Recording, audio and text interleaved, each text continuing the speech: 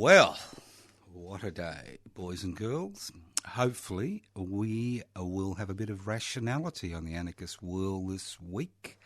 Just like the previous program, very rational, logical people. And that's why we get nowhere. And that's it. Rational, logical people are losers in 2018 Australia. But if you're emotional, if you create your own news, you're the one. So, Wednesday Action Group is not in action today. They're having a day off.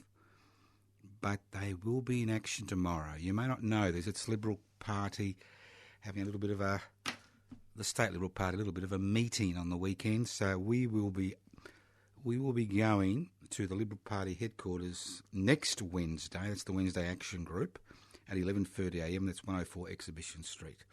We're quite concerned because they're thinking of selling Liberal Party headquarters. They've got a few financial problems. I think one of their previous apparatchiks in jail for fraud or something regarding the Liberal Party, but that's the way it goes, so they may have to sell 104 Exhibition Street, but they'll be discussing it at the conference. I'm sure there will be some very nice people there to help them.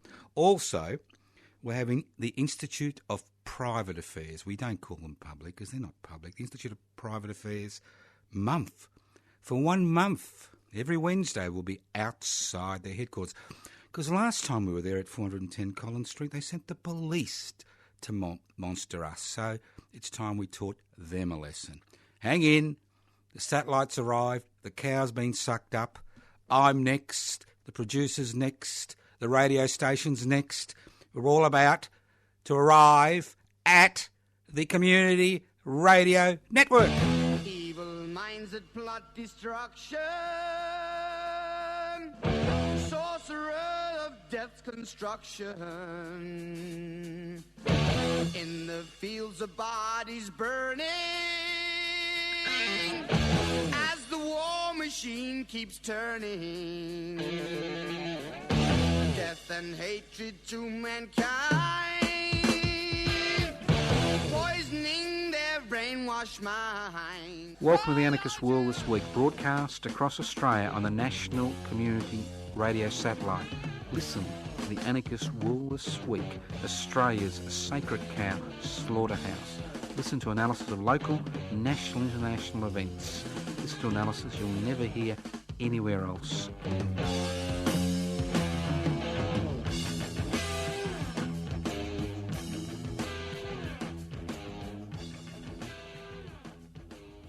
Here we are, the Anarchist World This Week on Anzac Day 2018, which will be the 100th anniversary of the end of World War I. Now, if you're wondering what anarchy is all about, it's not what's happening around the country today. An anarchist society is a voluntary, non-hierarchical society based on the creation of political and social structures which are based on equal decision-making power, that's direct democracy. It's a society where wealth is held in common and used for the common good. So as I said before, you want to kill people, behead people, bomb people, do all those types of things. Well, this isn't the program for you, okay? Now, obviously, as the program's fall on Anzac Day, we'll try to bring a little bit of reality to the debate. Because we need to understand the past. Well, we need to know the past, not understand, but we need to know the past to understand what's going on today and hopefully change the future. And Anzac Day is one of those days that's been hijacked. That's right, hijacked. A day that should commemorate those who have died and have been injured and have participated in war in the name of this country since the Boxer Rebellion and the Boer War, has slowly but surely been transformed into a militaristic, nationalistic day. It's been a slow transformation, but it's almost complete. And what we've seen is the rise of both nationalism, but more importantly, militarism in this country. And that is linked to the hijacking of what should be a sacred day. Now, some of you may be a little bit concerned about what I'm going to say today, but I think it's important that we understand where all this is coming from, because it does have profound ramifications for us in a world where more and more effort is being used by our principal ally, the United States of America, to create a fortress, a ring around the expanding Chinese Communist Party empire. And at some stage, we will be asked to, we've already been asked to participate in this. And if you think we are somehow immune to what's happening, the rapidly cooling relationship between the Australian government and the Chinese government is to a large degree related to Australia's decisions to act as some type of forward scout, using a military analogy, the United States government, by sending warships through contested waters and by making a fuss about a non-existent Chinese base in Vanuatu. But again, it's part of the propaganda. It's part of the propaganda that we see, because we are covered in propaganda every day. So I'd like to go back initially to World War I, Anzac, A-N-Z-A-C, Anzac, Z-A-C. All right? Australian New Zealand Army Corps, Anzac, and what was World War I was about initially. And then look at World War II, look at all the little wars that Australia's, all the little military adventurism Australia's been involved in, then come to what's actually happening today.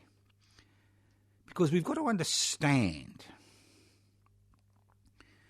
that the military apparatus in this country has been used over and over again to promote conservative, imperialistic viewpoints around the globe. Now, World War I was essentially a trade war fought by workers at either end of a bayonet. That's all it was. It was a trade war between Germany and its allies and Britain and its allies, fought by workers at either end of a bayonet. And for the first time since the American Civil War, when we saw what modern armaments could do in terms of the mass slaughter during that period, we saw men pitted against machinery, against tanks, against planes, against chemical attacks. And when World War I was declared in August 1914, almost every Australian joined the war hysteria. When the Prime Minister said that Britain was at war, therefore Australia was at war, and we would support the British Empire, that's right, the British Empire, to the last man and the last shilling. You like that? To the last man and the last shilling. And it was very hard to find any resistance to what everybody thought would be some glorious little war fought in Europe which would be over in a few months. If you look at the records of the period and go through the newspapers of the period, you will see the hysteria that was whipped up in terms of people supporting the Empire, because we were part of the British Empire. We were part of that empire. Now, there was one organisation during this hysteria when war was declared in August 1914, which put up its hand and said, "We oppose the war. We oppose the war. This is a trade war fought by workers at either end of a bayonet. We oppose this war." And when you listen to the Anzac Day speeches, that it continue to highlight the sacrifices made during World War I, and sacrifices were made by the Australian people. And during this program, I will go through those sacrifices, because it's important we understand that past and we understand who the real heroes were. Who are the men and women who saved tens of thousands of Australians from being slaughtered on the European killing fields? We need to remember those moments. We need to turn the spotlight on that history. So the industrial workers of the world put up their hands and they said, "We oppose the war." So who were the industrial workers of the world? The industrial workers of the world were an offshoot of a militant labour organisation formed in the United States of America at the beginning of the 20th century, who used direct action to promote the workers' cause, who wanted to create one big union, who organised in terms of workplace, not in terms of a particular person's trade, as we do in the British Empire, but in terms of workplace. And the first branch of the industrial workers of the world was formed in Adelaide in 1908. And in 1912, 12 people in Sydney formed the Sydney branch of the industrial workers of the world, which had a profound impact on the war effort in this country, a profound impact that has been written out of this country's historical record. Because, as you know, we as Australians are very good when it comes to historical amnesia and creating a fake historical account to suit current militarist leanings. So, this small band of men and a few women, less than 40 people in the whole of Australia, formed the backbone of a movement which within a few years rocked this country to its very foundations and, more importantly, saved the lives of countless men and the effect their deaths and injuries would have on their families. In Australia, there were fewer than 5 million, around 5 million people was the Australian population. And when war was declared, recruitment centres were established across the country. And over 400,000 Australian men and boys volunteered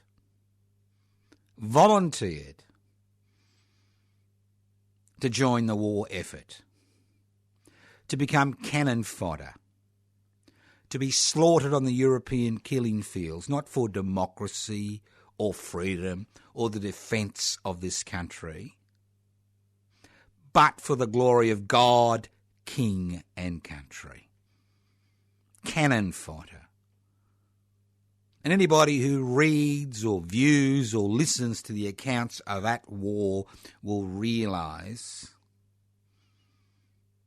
how men and women were treated as disposable garbage by those who exercised authority during that period. And when we hear all these politicians and business leaders and corporate leaders and, celebrities with their hands on their hearts talking about how the soldiers in World War One, won us the freedoms that we enjoy today, well, it makes fake news look like a storm in a teacup. World War One was a dirty little trade war fought by workers at either end of a bayonet for the glory of God, King and country. It was nothing else. The Russians realised this, and the Russian Revolution occurred in November 1917 as a direct consequence of the number of people who were dying on the European killing fields for nothing. Nothing. Except to glorify and satisfy the war machine. It was fascinating when war was declared, money was raised by the government. That's right. £10 million was raised from the people of Australia. And the way they were sucked in, they was told, you will get a higher interest return on your loan to the government. And you don't need to do anything. Just give us your money so we can conduct the war effort. On the ground, once the casualties piled up and people began to realise that this dirty little war was going to drag on for eternity, resistance to the war effort increased across Australia. An unlikely coalition of the industrial workers of the world, the women's movement, the trade union movement, and the Catholic Church led by Melbourne's Archbishop Mannix began to coalesce into a broad anti-conscription movement. Because in 1915, the government sent out letters to every able-bodied man who had not volunteered for the war effort, asking them why they hadn't volunteered. And finding that the stream of volunteers had dried to a trickle, the flood had become a trickle, and seeing that both New Zealand and Great Britain had introduced conscription to enhance their military forces on the European killing fields, the Australian government, the Australian Labor government under Prime Minister Billy Hughes, embarked on a campaign to introduce conscription in this country. And that was a widespread campaign which was conducted under the War Precautions Act, which made it illegal for people to prejudice the enlistment in this country. So you couldn't even sing an anti-conscription song without being jailed in this country. The Labor movement was split, 70-30. 30% in favour of conscription, 70% against conscription. Billy Hughes, faced with the prospect of a general strike to kill his conscription endeavours,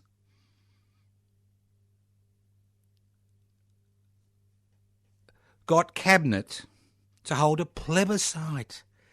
That's right, we've been holding plebiscites for a long time, not just for marriage equality. To hold a plebiscite in November, I think it was November 1916, to see if the Australian people wanted to introduce conscription in this country. And the anti-conscription campaign, which was spearheaded by the Industrial Workers of the World, which had grown into a large organisation by this time, which supported by a growing women's movement, who didn't want their sons sacrificed for the glory of God, King and country on the European killing fields, grew and grew and grew and grew in this country. And when the plebiscite was held, and many of the people who fought against conscription were people who had returned, volunteers who'd returned from Gallipoli, injured, who'd returned to this country to highlight what this dirty little war was about. And the Australian people in late 1916 said no. N-O. There will be no conscription in this country. You will not forcefully send people to be sacrificed on the European killing fields for the glory of God, King and country. The Prime Minister, Billy Hughes, concerned that he was going to be turfed out of office by his own cabinet, walked across the chamber with 1/3 of the cabinet and 1/3 of the Labor Party, joined the Conservative opposition and became Prime Minister under the tutelage of the Nationalist Party. And they continued to agitate, to destroy the anti-conscription movement. This was a huge movement. The Women's Peace Army,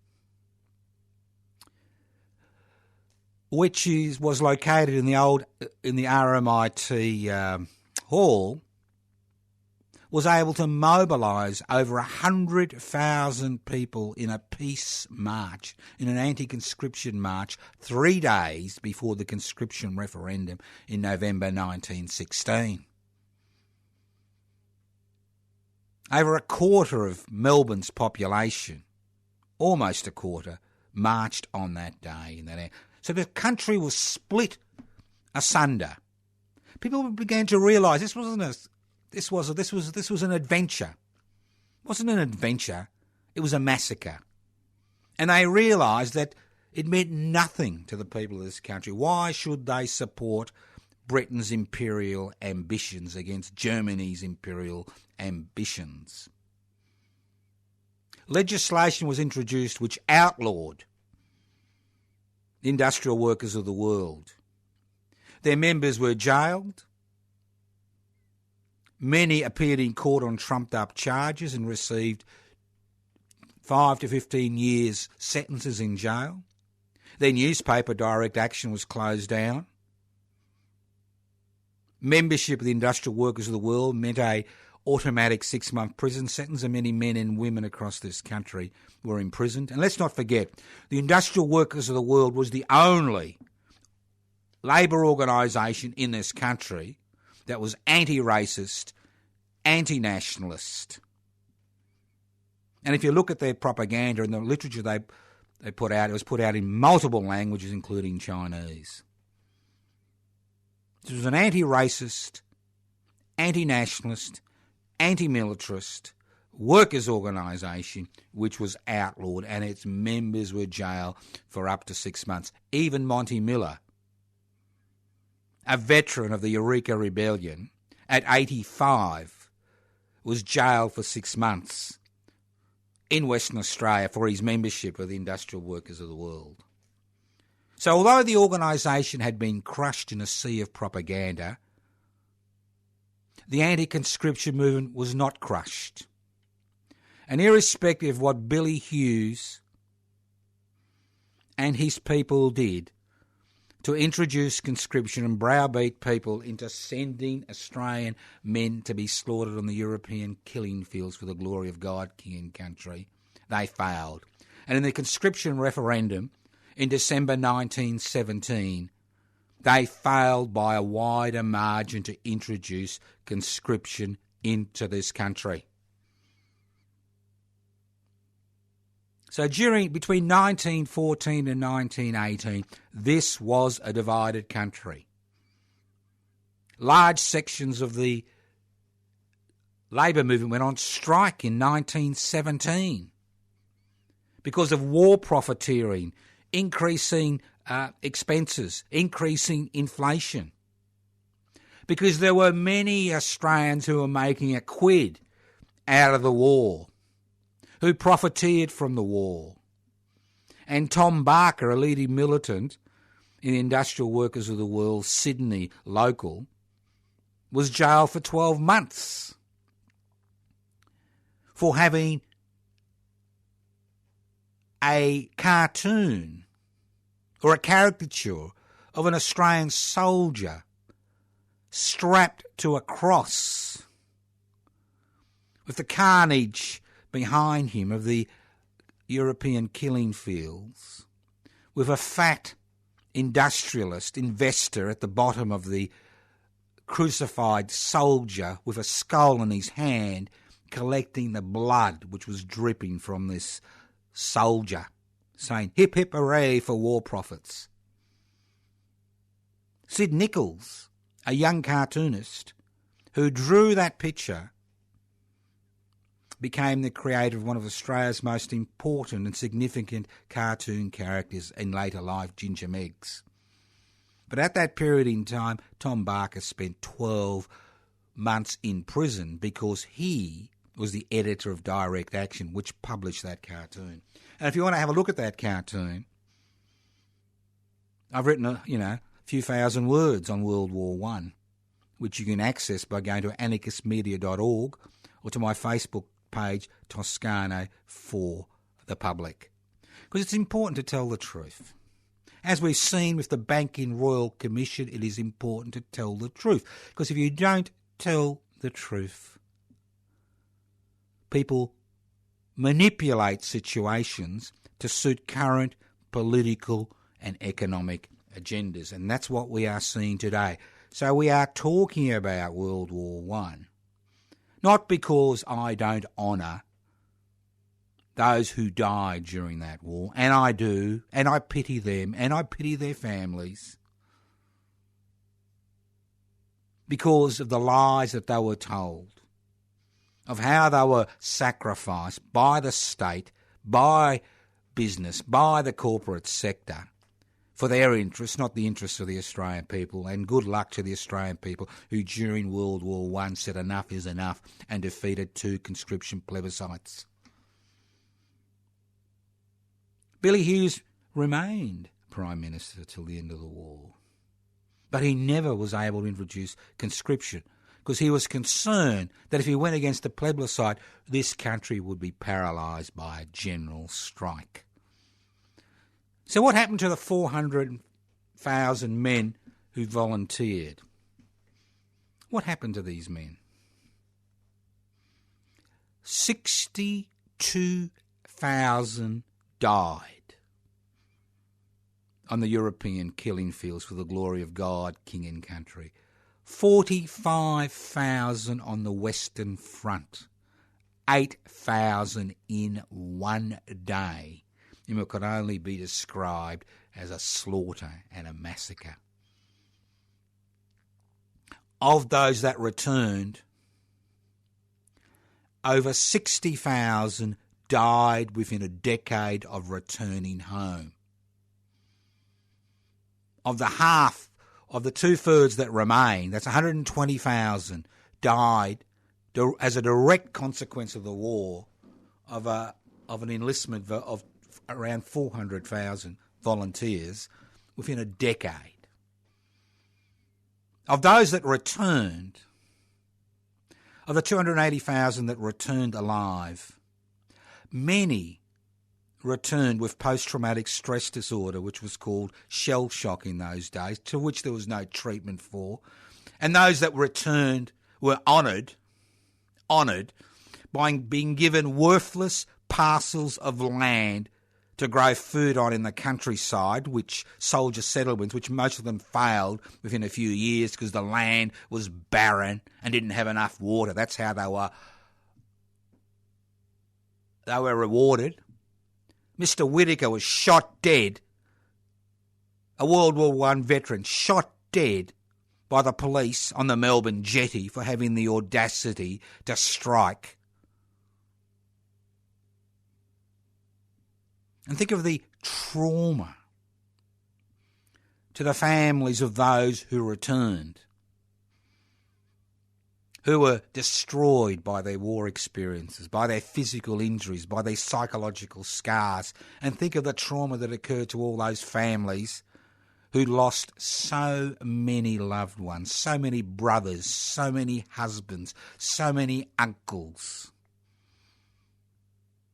on the European killing fields for nothing. And 100 years later, for people to claim that these men died for our freedom,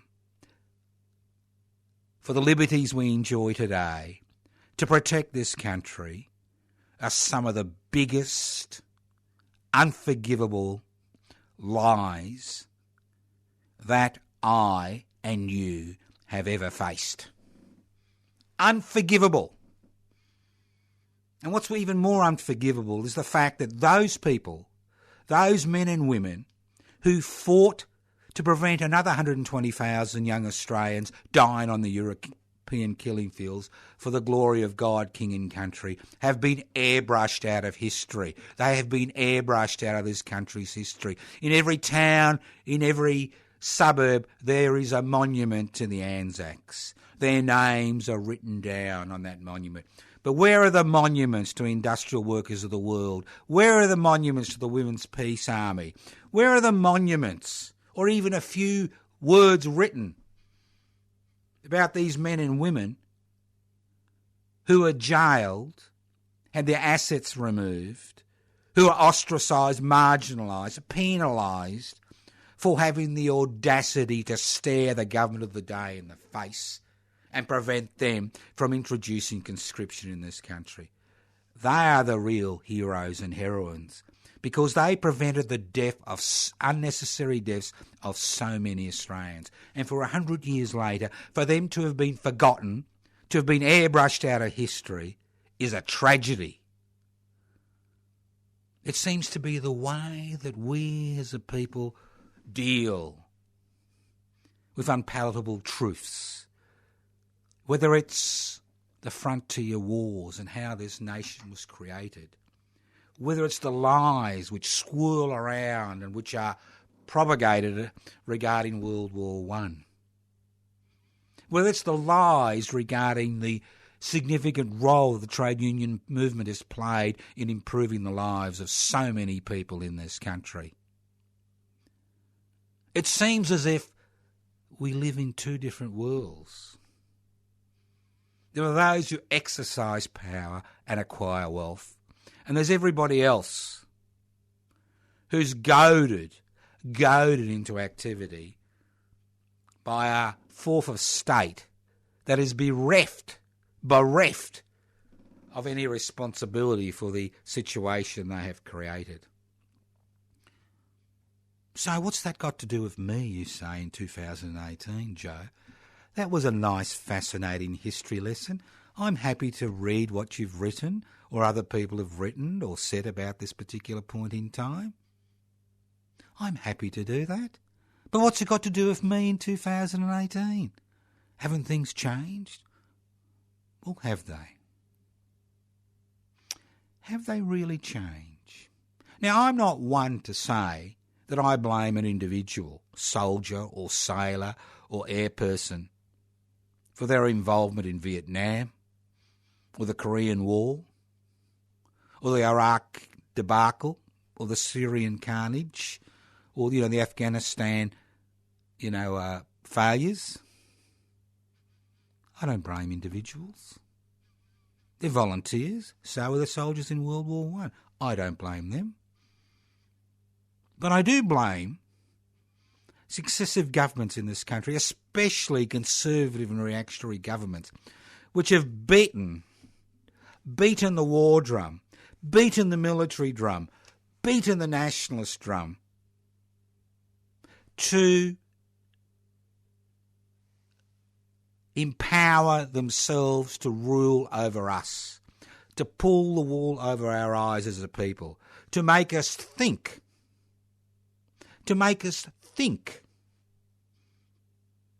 that our involvement in these wars, whether it was the Malaya emergency, Vietnam, Korea, Syria, Iraq, even the Boer War,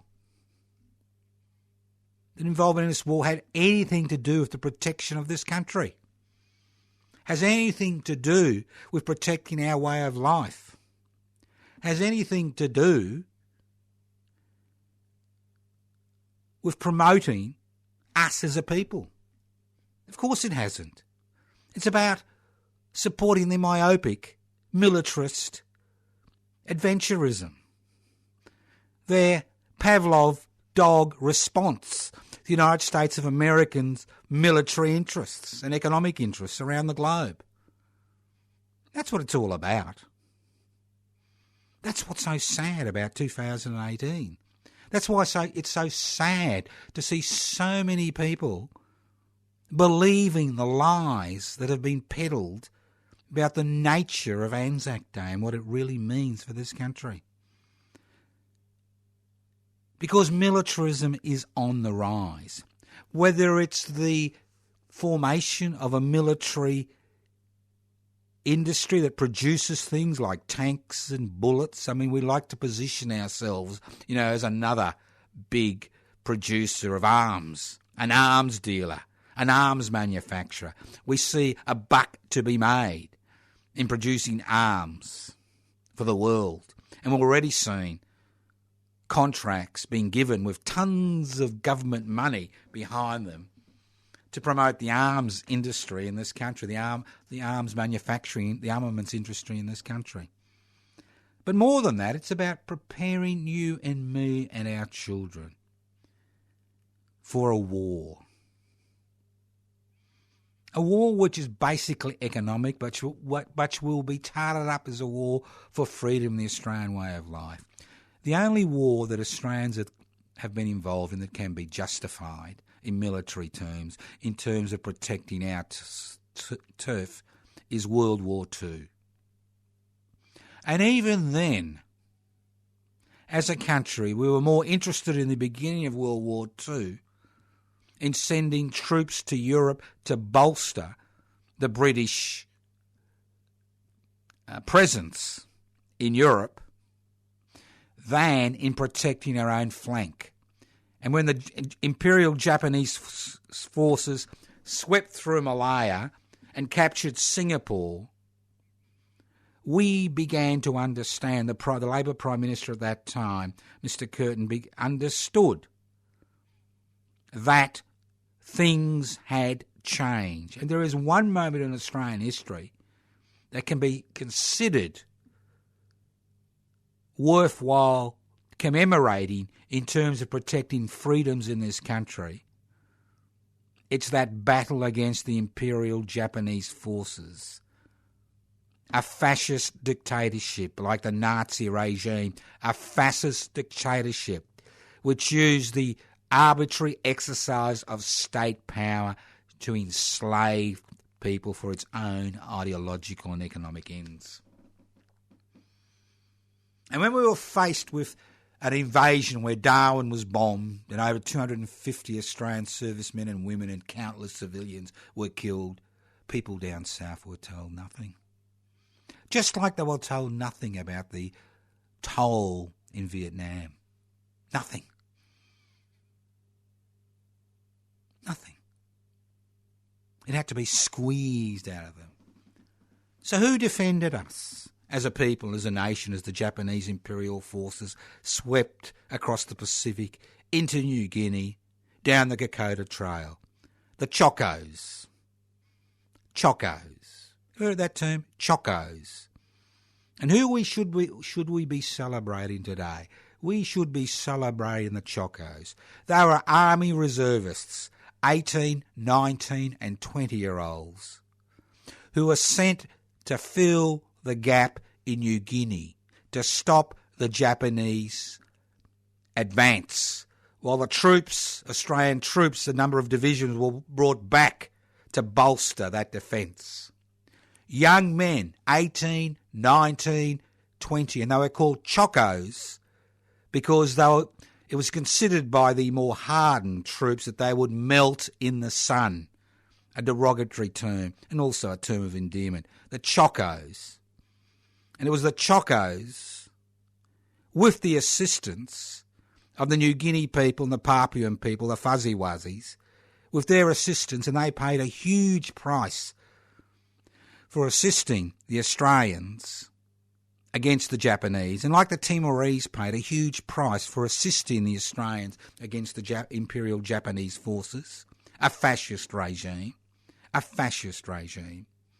it was the Chocos who halted that advance and helped to prevent an invasion of this country by the Imperial Japanese forces, a fascist dictatorship. So they did protect our freedoms. They died for our freedoms. But on Anzac Day, it's all about the unnecessary sacrifice on World War I. And to make matters worse, what happens to these returned servicemen and women? The same experiences the World War I veterans had when they came back and were given useless pieces of land happens to them. When they say they've got a post-traumatic stress disorder and can't cope, and we see this in returned servicemen and women who make an unacceptable number of the homeless in this country, who can't seem to find employment, who have difficulty in interpersonal relationships. Because, it's not natural for human beings to be moulded into killing machines, is it? Or be part of if not personally moulded into a killing machine, to be part of an organisation whose major objective is to kill other people. It's not a natural thing. So there is a huge casualty rate. And what do? We turn our backs on them. And there's nothing worse than when I hear that it was the anti-conscriptionists during the Vietnam War, who humiliated the people who returned, the soldiers, the conscripts and the volunteers who returned from Vietnam. Who humiliated them? It was the government of the day. It was the government that sent them there for purely reactionary political ends. It was the government that ignored them when they came back. It was the government which refused, and these are conservative government, which refused to recognise their war wounds. And we see the same today amongst veterans who return from Afghanistan, from Iraq, from Syria, who will lead the marches today on Anzac Day.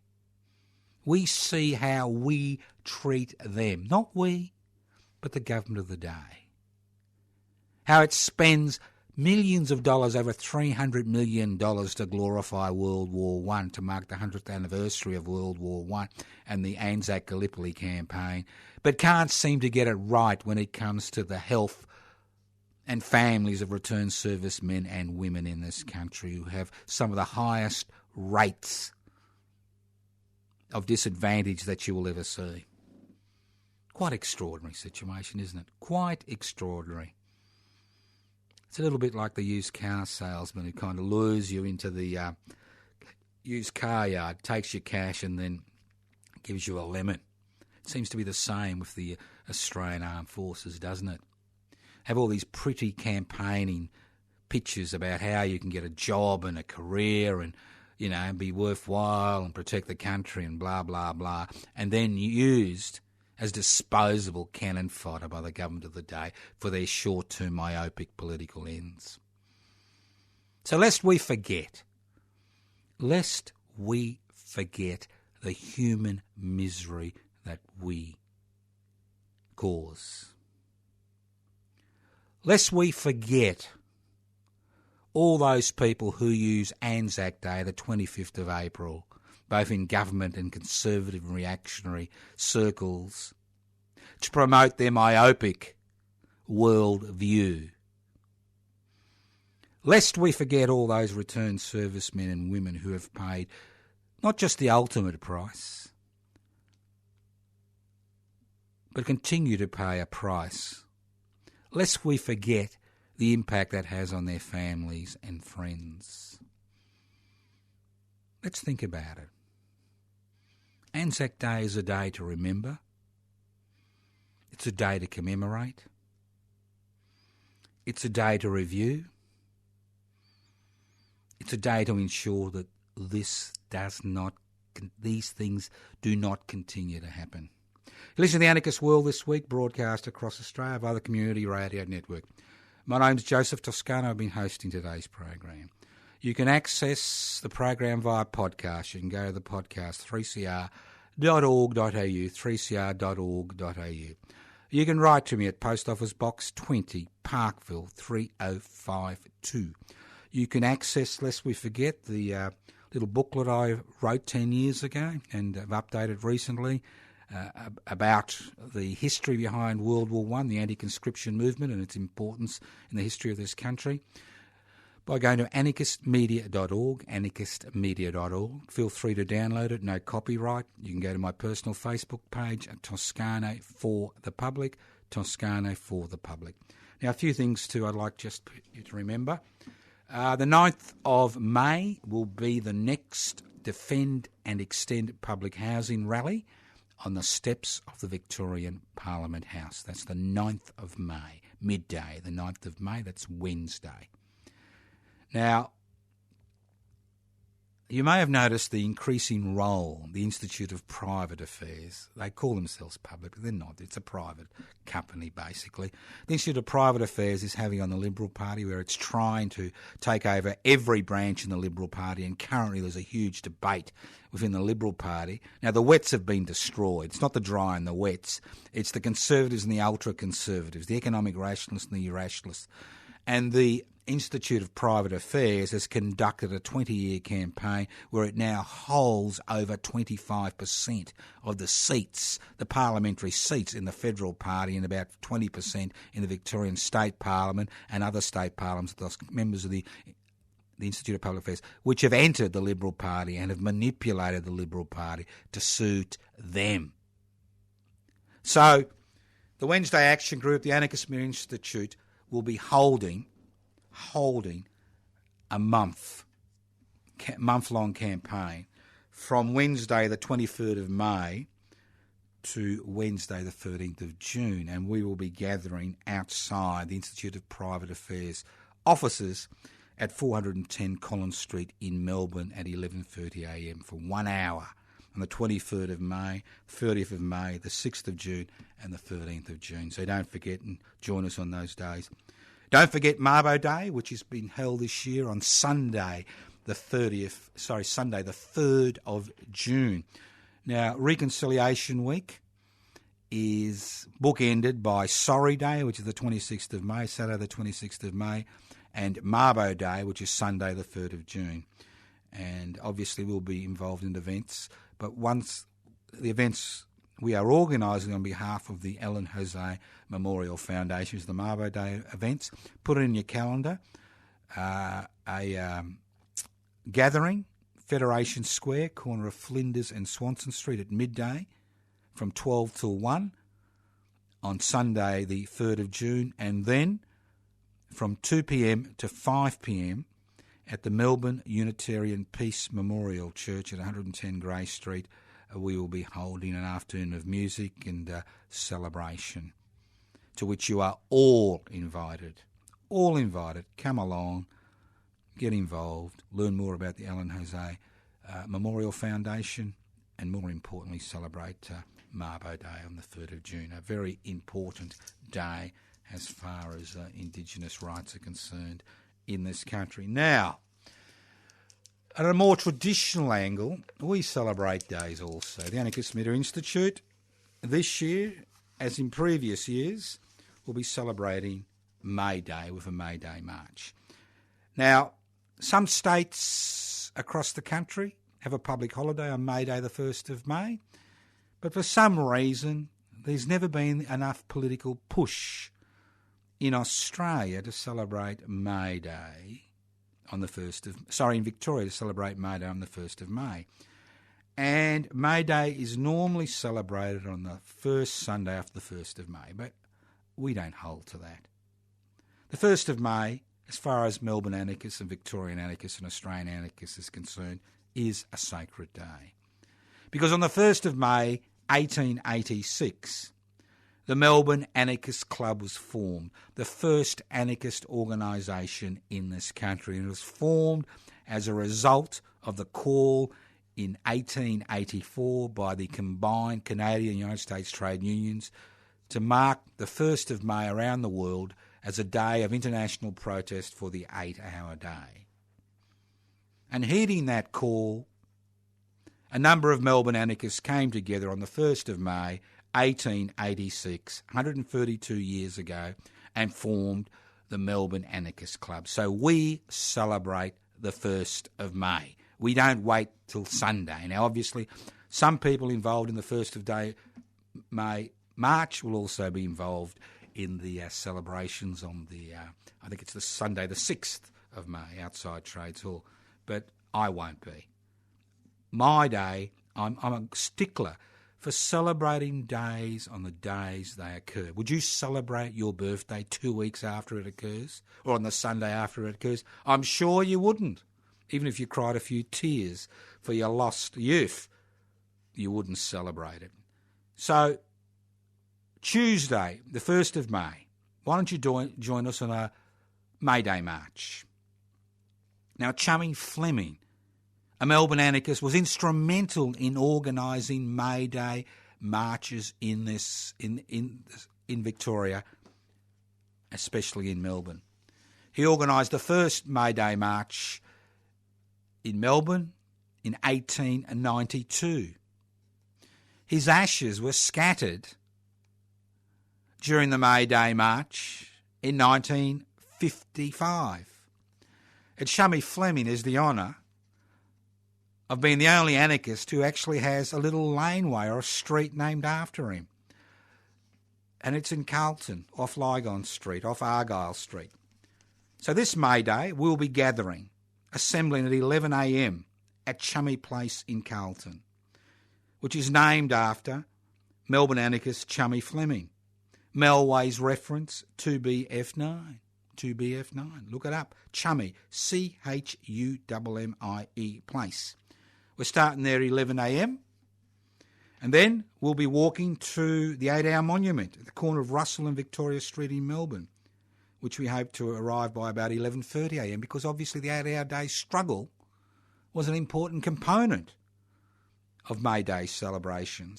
And from there, we'll be going to Her Majesty's Theatre at 212 Exhibition Street, Melbourne. We hope to be there about midday. Why Her Majesty's Theatre? Because the Melbourne Anarchist Club rented a room upstairs in Her Majesty's Theatre to hold their public meetings in, to hold their own meetings in. And then after that, at around 12:30, we'll be having a May Day lunch, which you'll be paying for, obviously, at the Paramount Food Hall, which is about 10 metres from the Her Majesty's Theatre. So it's a great few hours. If you want to learn more about it, you can go to the website, anarchistmedia.org, pull down the May Day March poster, send it to your friends, look at the leaflet which will be distributed on the day, which gives a history of May Day and why it's so important to Australian anarchists. We celebrate the 132nd anniversary of the Australian anarchist movement. So 11 a.m, join us. Tuesday the 1st of May, Chummy Place, Carlton, Melbourne. Melway's reference 2BF9. 11:30 a.m, we march from there to the 8-hour monument at the corner of Russell Street and Victoria Street, Melbourne. And then we march to Her Majesty's Theatre at 219 Exhibition Street, Melbourne, and lunch across the road. Great day. You're all invited. Bring flags. There will be posters and leaflets to hand out, but bring flags. Bring your anarchist flags for the day. It is our day as far as the Australian anarchist movement is concerned. Thank you once again for listening to the Anarchist World this week on this special Anzac Day edition of the program. As I said before, if you want to get the booklet, again, no copyright, download it from anarchistmedia.org or go to my Facebook page, Toscano for the Public, and follow the prompts. If you want to join public interest before corporate interest, and memberships are still rolling in, go to PIBCI, pibci.net, pibci.net. Download the application form. You've been listening to the Anarchist World This Week, broadcast across Australia via the Community Radio Network. My name's Joseph Toscano. I've been hosting this program. Now, May Day will occur before the next Anarchist World This Week, so hopefully we'll see you on Tuesday the 1st of May, 11 a.m, Chummy Place, Carlton, Melbourne, off Lygon Street, the only street in Australia named after a prominent Australian. Anarchists, join us for the 2 to 3 hour celebrations which we'll be holding on that day. And don't forget to listen to the Anarchist World this week, next week on your local community radio station. If you want to leave a message, 0439 395 489, 0439 395 489. And yes, we still need $1 stamps. We'll be doing a mass mail out soon for the public interest before corporate interest. We need about 700 stamps, so send them across to Post Office Box 20, Parkville 3052. Post Office Box 20, Parkville 3052. Thank you once again for listening to the Anarchist World this week on your local community radio station. The program is podcast. Go to 3cr.org.au.